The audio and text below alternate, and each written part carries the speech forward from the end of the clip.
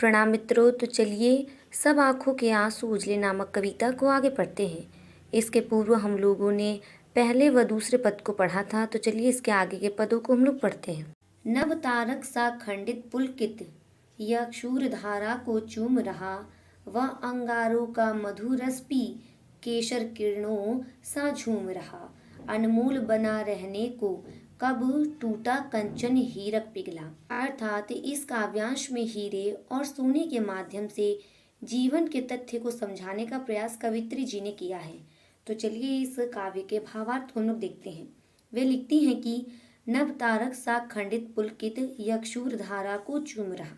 अर्थात वे बताती हैं कि जो आकाश के तारे हैं वे टूट फूट कर विभिन्न रूपों में प्रसन्न चित्त होकर देवताओं की धारा को चूम रहे हैं। आगे भी लिखती हैं कि वह अंगारों का मधुर रस पी केशर किरणों सा झूम रहा, यानी कि सोना जो है वह अंगारों में पिघल करके और नए नए रूपों में परिवर्तित हो रहा है। वह अंगार रूपी मधुर रस यानी कि मधु का रस, मीठा रस पी पी करके वह भिन्न भिन्न रूपों में परिवर्तित हो रहा है और वह केसर की किरणों की तरह झूम रहा है। और एक नए रूप में परिवर्तित होने के बाद भी वह केशर की किरणों के समान झूम रहा है। आगे भी लिखती हैं कि अनमोल बना रहने को कब टूटा कंचन हीरक पिघला। अर्थात एक अनमोल धातु बने रहने के लिए कब कंचन यानी कि सोना टूटा है और कब हीरा जो है पिघला है। अर्थात ये दोनों ही असत्य बातें हैं। हीरा कभी भी पिघल नहीं सकता और कंचन यानी सोना कभी टूट नहीं सकता।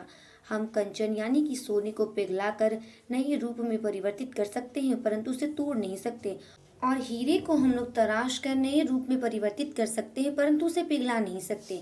अर्थात कवित्री कहती हैं कि दोनों अपना अपना अस्तित्व बनाए रखते हैं और सभी अपने अनुकूल ही कार्यों को करते हैं, अपने विपरीत किसी भी प्रकार के कार्य को नहीं करते। उसी प्रकार मनुष्य को भी अपनी सुविधा अनुसार अपने अनुकूल ही कार्य करना चाहिए। उन्हें किसी दूसरे के कार्य को नहीं करना चाहिए या अपने विपरीत प्रतिकूल कार्य नहीं करना चाहिए। इन पंक्तियों के माध्यम से कवित्री ने ये समझाने का प्रयास किया है कि सभी लोगों के अपने गुण होते हैं, अपना अस्तित्व होता है और अपनी प्रवृत्ति होती है। इसके तीसरे पद को तो हम लोगों ने पढ़ लिया, तो चलिए अब हम इसके चौथे पद को पढ़ते हैं। नीलम मरकत के संपुट दो, जिसमें बनता जीवन मोती, इसमें ढलते सब रंग रूप, उसकी आभा स्पंदन होती, जो नभ में विद्युत मेघ बना, वह रज में अंकुर हो निकला। अर्थात इन पंक्तियों के माध्यम से कवित्री जी ने लोगों के अस्तित्व को जीवन के निरंतर विकास में सहायक माना है। अर्थात सभी का अस्तित्व जीवन विकास में सहायक होता है।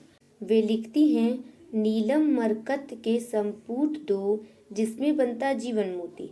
अर्थात नीलम यानी कि जो नीलम पत्थर होता है वो, और मरकत यानी कि पन्ना।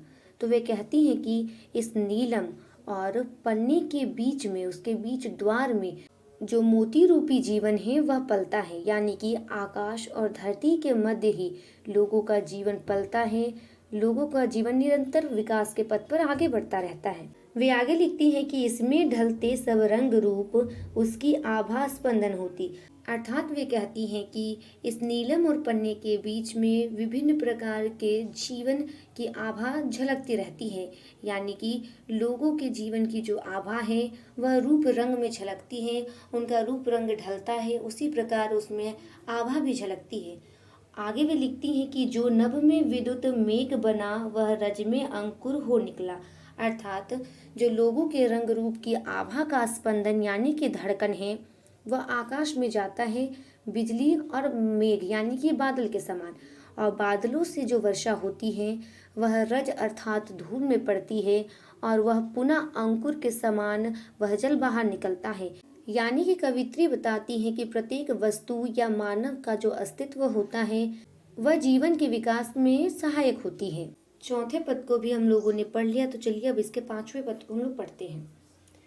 संस्कृति के प्रति पग में मेरी सांसों का नव अंकन चुन लो, मेरे बनने मिटने में नित अपनी साधु के क्षण गिन लो।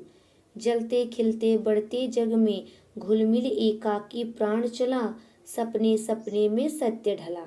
इन पंक्तियों के माध्यम से कवित्री जी ने जीवन की अमरता की ओर संकेत किया है।